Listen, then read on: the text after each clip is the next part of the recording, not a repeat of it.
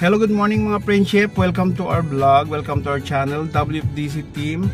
This is Noel Rust, always on the Rust. For today's vlog, meron tayong i-interviewin kasi meron tayong bagong hire na ito driver natin. So, magiging papel niya dito sa team is ayan, magiging driver, runner. Chef, of course, katulong natin. Si anong pakakilala ka? Assalamualaikum warahmatullahi wabarakatuh. Ismi Abdul Muhaymin Omar من الفلبين. أخوكم من الفلبين وحاليا معي مدير كبير اسمه مدير كبير نويل. ما شاء الله تبارك الله. تشرفت أن أكون معه والحمد لله ما شاء الله. صباح الخير. طاب الله مساءكم صباحكم. Ay, grabe, ang galing mag-Arabic. Ba't ang galing mag-Arabic? Nag-aral ka ba? Opo. Nag-aral ka? Ay, nag-aral siya mag-Arabic dito? Sa Pilipinas pa lang po. Ayan po si Omar. So, ang bagong member ng team natin. Welcome to WFDC team. Yun lang, kailangan mo lang kailangan magpakasipag and makisama sa mga kasama. Ganun lang. Mabait at lalong ayaw ko sa drugs, ha. Ayaw ko sa drugs, please. Haram na haram yun. Walang drugs dito sa team namin kasi nakakadamay. Ayaw ng team ni BBM. Yeah. Mga ka-team ni mga kampon ni BBM dito sa Saudi umaabot. No, not allowed. Hindi pa pwede yun. Hindi pwede. So, ayun. Omar, may pamilya ka na? Meron na po. Sa Pilipinas, dito? Dito rin po. Meron din dito? Meron anak ko po sa Pilipinas. Pero nandito yung pamilya mo? Yung asawa lang. Okay. Yung mga anak mo nasa Pilipinas? Isa lang po ang anak ko. Isa lang anak nyo? Okay. So, ilang taon ka na dito sa Saudi Arabia? Mag-6 na taon na po. 6 na taon? Ang galing mag-Arabic? Ba't ang galing mag-Arabic? Sa Pilipinas pa lang po, nag-aral na ako ng Arabic. Talaga? Arabic language. Meron kami tinatawag doon na markaz. Kumbaga doon inaaral yung Quran, ang Arabic language, ganyan tinuturo. So nagsasalita po doon sa loob ng compound. Kung ano yung lingwahe mo sa Pilipinas, Bisaya ka, Tagalog ka, Maranao, Maguindanao, bawal kang magsalita nun. So ang pwede lang salitain Arabic lang po. Kaya yun. Ay, ganun. Kaya palang galing mag-Arabic. Naloka naman ako sa introduction mo. Kasi may mga Muslim akong kasama. Hindi naman sila magagaling mag-Arabic. Kasi hindi po sila nag-aral. Ganun. Ay, ganun. Mamimit mo sila. Anong ka tribo? Maguindanao. Maguindanao. Sila, Maranao. Maranao yan sila. Sila Habib. So, dito sa team, walang dito ha, walang discrimination, religion, wala. Basta samahan lang. Kahit ano ka pa, saan ka pa galing, sino ka pa, welcome ka sa team, basta marunong ka makisama. Ganun lang, masipag, maasahan, tapos loyal, ganun lang dito sa team. So, sana magtagal ka na aming team. Loyal. Dapat loyal lang, sir, no? Yes. Loyal kasi ang kailangan ko lang naman talaga yung kasi ikaw ang sasakyan mo talagang kailangan ko dahil ako wala akong sariling sasakyan. So ikaw magiging support, backup, anong tawag diyan? Magiging assistant ko lagi. So sa lahat ng mga lakad ko, may mga meeting ako. So ikaw magiging kasama ko. Although nandiyan naman si Habib, minsan busy. Minsan busy, so ikaw ang kailangan kong kasama. So ganyan, sana maging magandang ating samahan and welcome to our team. Thank you. Yes. Ang magiging lang naman sa trabaho naman, hindi mahirap ang trabaho dito. Nagiging lang ang trabaho pag yung mga time na ng mga 4 o'clock, 5 o'clock, yun, doon na, yung madalian na ba? Yung rush hour na. Yun. Kasi patapos na yung trabaho. So minsan lahat ng setup tapos magdedekorasyon na tayo, mga ganun. Nahabol yung oras. Naghahabol na ng oras. Mga ganung time lang ang pero pag magagaan naman magagaan. Hindi ka naman mahirapan. Tsaka may naman sa guide naman. Hindi ka naman sasalang kaagad sa arranging. Malay mo mamaya magiging florista ka na rin. Flower arranger ka na. Ayun sila Habib, dati walang alam yan. Ngayon siya ng leader namin. Na training na. Inshallah. Saka siya na nangungontrata. Pag tumagal na, ganun talaga. Siyempre, habang tumatagal ka, tumataas din nung kikitain mo, sasahurin mo. So, yun. Si Habib nag-start sa akin na ilang taon na kami magkasama. 11 years na yata. Mashallah, ang tagal na. Oo. Tsaka yung mga tao kong matatagal na talaga, may mga 15 years na. Second batch na yan si Habib. Yung mga dati kong tao, mga taga-utim, mga na-training ko rin, yung iba nga nasa mga flower shop na nagtatrabaho. Siyempre, umangat na rin ang ano nila, magaling na silang florista.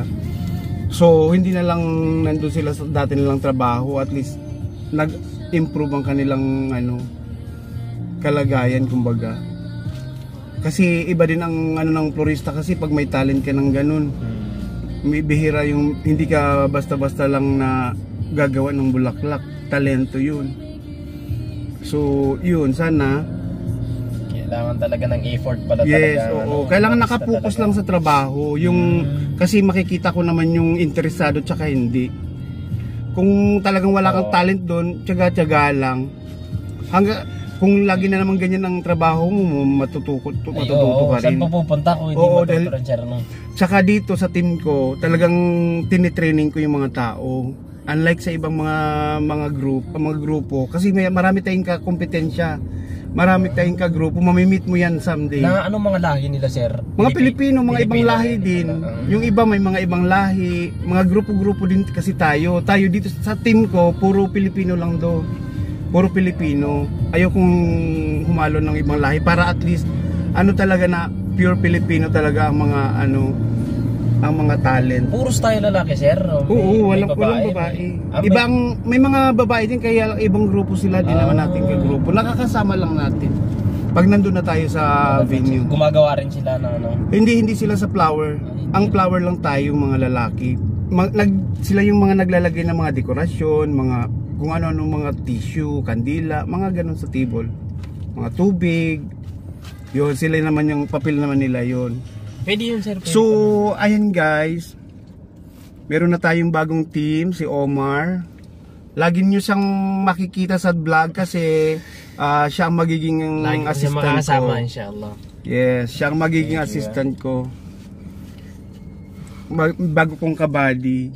Kung makikita mo yung mga dati naming vlog, marami akong mga nakakasama. Sila yung mga nagda-driver. Nakita ko yun eh. Ganon. May kasama kayong babae. Iba-iba ang mga kasama kong driver minsan. Kasi marami naman silang mga sasakyan. Kung sino ang available siyang papupuntahin ko, pasusunduin ko. Kaya lang minsan may mga malalayo kasi. Si Popoy ngayon nandun sa Gornata. Buti malapit na ako dito. At least ikaw malapit ka dyan. Kaya nga nung sabi ni Miles sa akin na dyan lang yan sa may bata. Ay, malapit lang kasi minsan pag ganyan, ura-urada ang lakad ko. Biglang may tatawag na company na magbi-meeting. So yun. Kaya ko na mag-taxi-taxi. Kaya lang, syempre iba pa rin yung nandyan. May naghihintay na lang. Yung pa iba-iba na. Dapat loyal. Aalis na lang. Ganun. Saka pag may mga bibilin ako, madaling makatakbo. So ayan guys, abangan nyo si Omar. One of these days, laging nandito sa vlog. So pupunta na kami ngayon sa Ita at mamimili kami ng flowers. So thank you so much for watching guys. Magbabay ka na. Masalama, fi amanillah. Thank you. Kilalanin natin siya habang nagbibiyahe. So ayan. So anong mga naging trabaho mo dito, Omar? Marami na po. Naging mutarjum ako dati sa Islamic Center. Translator, Arabic to Tagalog. Diyan? Turo. Talaga, di kilala mo pala mga balik Islam. Balik Islam. Okay. Tapos, ang galing Arabic. May ganun din minsan. Iba talaga yung nag-aral ng Arabic kaysa hindi. Kasi ako magti 30 years wala akong natutunan. Ay talagang mahirap. Lalo pag mga basic isyada. Ganun lang. Lalo pag nandito ka sa Saudi, marunong ka mag-English. Oo, iba talagang marunong ka mag-Arabic pati. Hindi ka nagsasalita ng Arabic kasi may English ka eh. So yung mga nakakausap mo, nag-i-English ka, so hindi ka talaga matututo ng Tapos Arabic. usually mga kasama mo puro Pilipino. Oo, Pilipino. Pero pag lagi kang nakakasalamuha ng mga Arabo na nag-Arabic sila, kahit paano nasasanay ka kung paano pakinggan yung salita nila. Oo nga, no. Salita Pero nila. may advantage talaga ang ano, no, magaling ka mag-Arabic. Lalo pag nakipag-usap ka sa mga Arabo, lokal nila, mga lokal. Paano yung mga ano nila, mga culture na salita. Ilang taon na yung anak mo pala? Dadalawang taon. Ay bata, maliit pa. Maliit pa. Ilang taon ka na nag-asawa?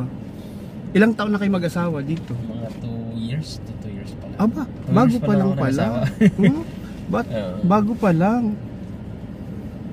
So, marami ka rin mga kilala. Baka kilala mo si Habib Baka pag nagkita kami, sa community ninyo. Muslim ba yan? Oo. Oh. Tsaka Maranao. kilala yan siya, basketballer. Basketballista. So, pag may mga ano kayo, may mga event sa ano, magaling mag-basketball yun. Kaya lang hindi na ngayon nakakapag-basketball, busy na, may anak na, 3 na yung anak niya. Dito yung kinasal, bonggang kasal niyan. Siyempre dekorasyon namin lahat. Nagtutulong-tulungan na. Oo. Istiraha. Bonggang kasal yun. Daming bisita. Dito na nagkaanak. Binata pa yan ng nandito sa akin. Ngayon, ayun, pati yung mga anak niya, ano ko na mga apo. Oo. Diyos ko, pag naghihiwa-hiwalay nga kami ng anak niya, iiyakan yan, gusto sumama sa akin, ayaw nang umuwi sa kanila. Ano, dito na rin yung mga anak niya? Dito lang si ano, nandiyan lang. Mga ano pala, 4 years old na yung panganay niya, 4 years old, 2 years old, tapos may bago na namang babae Malalaki na. ngayon. Oo, malalaki, yun yung makukulit namin ano, pag magkakasama kami. Mag-iistrahan na naman kami this week nga. Oh. Birthday ng lola mo, makikilala mo ngayon may virgin na ano dyan. Virgin na lola. Ay, virgin Pakilala na lola dyan? Oo. Yung lolang Ulyanin. Uy. Oo, makikilala mo siya ngayon. Siya yung pinakalola natin. Dami mo na palang naging trabaho din dito. So, pero 6 years? Mahaba-haba pa ang lalakbayin niyo. Ako, Diyos ko, 31 years na. 31 years in Saudi Arabia. Ibig sabihin kami, marami-rami pa kaming marami pa kayong kakainin bigas. Kakainin kapsa. Marami-rami pa kaming kakainin kapsa. Ako pabalik na, pauwi na. Ay? Kayo pauwi pa? Na. Oo. Pero grabe, dito talaga ako nag-enjoy ang buhay ko. Dito umikot ang buhay ko. Diyos ko, yung 2 months kong bakasyon, di ko natatapos. 1 month pa lang balik na ako dito. Boring na ako doon sa Pilipinas. Ay.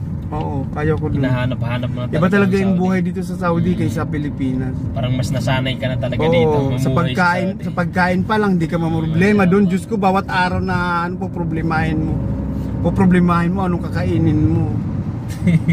Lalo pag wala ka ng pera. Naku, Diyos ko. Dito, kahit pa paano madaling kumita Oo, ng dito, pera. madaling kumita ng pera dito. Sa Pilipinas ba naman, pambansang kurakot na namumulo ngayon Actually, lalo sa Pilipinas ngayong panahon ngayon. Oo, actually, hindi mo napapangarapin na kung hindi lang nandun yung pamilya mo eh. Ang yaman ng Pilipinas, no? Yaman. Kung hindi lang ganyan ang Pilipinas, kahit hindi na tayo mag-abroad, nandun na lang tayo. Tama. Mas maraming trabaho doon, kaso wala. Grabe. Kurap, namumuna sa gobyerno. O hindi lang nandun ang pamilya mo, parang hindi mo napapangaraping umuwi ng Pilipinas eh. Kaso nandun ang pamilya mo, kaya uuwi ka pa rin sa Pilipinas. Talaga sa Pilipinas.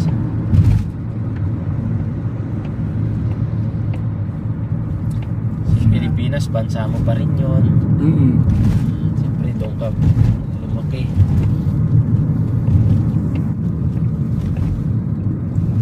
Papunta na tayo ng Nayara Hall. So, alam pala ni Umar ang Nayara. Kala ko eh. So, ang mga event hall pala, di ka na mangangapal dahil napupuntahan mo na. Yung iba, ganyan, Almalga, Irka, lahat ng mga bahay-bahay, no? So, maganda at least ano pa rin ang ano mo pala sa amin. Konektado. Konektado ang experience mo sa amin. Nayara. So di ka pa rin mahihirapan. Marami akong agent dyan sa Nayara. Ganun. Yung mga sobrang magbawas dyan ng sahod ng mga tao. Yung mga hindi nagbibigay ng sahod. Tumatakas. Yung mga Wanted na kayo. Ano, Oo, yung mga budol. Budol. Naku. Dugo na lang. Kilala mo? Dugo na lang. Oo, nun, yung mga kumukuha sila ng tao dyan. Tapos kumukuha ganun, sila ng mga part-timer. Walang konsensya. Oo. Hindi mo maisip yung Grabe. pagod ng tao. Hindi na natulog. Halos hindi na natulog ang mga yun. Tapos Grabe hindi mo pa naman. sasahurin. May mga tao talagang ganyan. Oo. Kasi hawak na nila yung pera. Ano yun? Walang awa. Talagang kaya yun. Lumiliit ang yung mga agent dyan na hindi nagpapasahod. Shout out. Shout out sa inyo. At lumiliit yung area nyo. Siyempre lumiliit.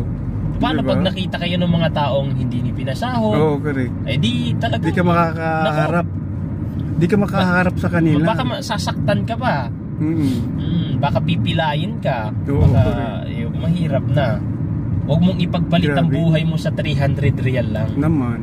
150 real lang. Hindi mo binigay. Hindi Tapos kinaltasan na. kapalit ng buhay Inubos na. Oo. Wag natin ipagpalit Di na binigay. dignity natin sa pera. Tama. Yung dignity mo, halaga mo, huwag mong ipagpalit sa maliit lang na buhay. Diretso ka na kaya? Diretso. Doon na tayo. Oo, mas maganda dyan ang daan. Kasi dito medyo traffic. Ano na tayo? Dito sa Lusot tayo sa anong area nga to? Mulhamam. Dito sa Nasirya. Ito Al-Bakiriya. Nasirya. Lalabas tayo ng Nasirya. 3 years ako dito sa area na to. Talaga? Ako halos, alam ko naman ang daan, kaya lang ayaw ko talaga mag-drive. Marunong ako mag-drive. One time nga galing kami ng Amaria Hills eh. Mula doon sa tuktok, alam mo yung tuktok? Ano ka na doon? Nakagawa ka na doon? Sa tuktok. Nakapaghatid ako Yung Amaria Hills. Yung event hall sa tuktok. Mula doon, pinag-drive ako ni Habib hanggang dito sa shop ko. Nagawa ko. Pero Diyos ko, sabi ko parang paano ko nagawa yun? Ang layo yun. Oo nga, pinabayaan ako ni Habib mag-drive. Wala pa akong manlisensya. Sabi ko, tinitraining ako mag-drive. Hindi ko talaga, naisip ko talaga, sabi ko, paano ko nagawa yun? Tarantahin kasi ako. Mamaya, pinutputan lang ako doon sa, makabangga na ako. Matatakotin ako sa sasakyan. Kaya ayaw ko mag-drive. Sana ako, driving lesson. Tama-tama pa naman yung sponsor ko. Sabi ko, kukuha ko ng sasakyan. Sabi ba naman niya, sige, para ikaw na maghatid-hatid sa kay madam. Ako, Diyos ko, hindi ko na tinuloy. Ako magiging driver ng madam niya. Itong bahay ni Prince Talal. Oo? Yan ang mosque naman niya. Ay, talaga? Yan ang pinakamalaking mosque niya. Oo. Si Prince Talal. Mga area Ay, ng mga prince dito. Oo. Area ng mga prince yung pinapaganda nila. Ito yung tinatawag nila Al-Fakiriya. Dito naman ito, Fakiriya. Punta na Al-Maatir tapos Umul-Hamam. Oo.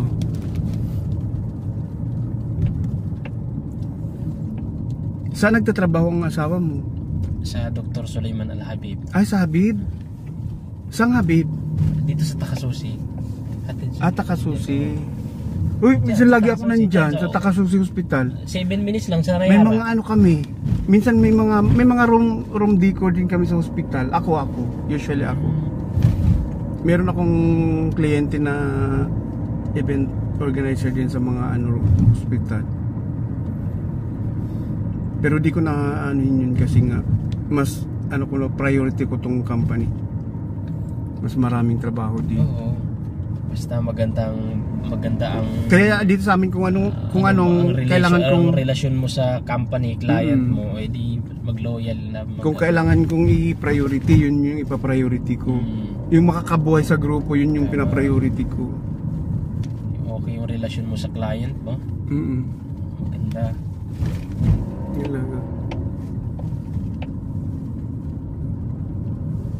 So yan guys, abangan nyo kami mamaya ulit. Abangan nyo ulit si Omar sa next vlog.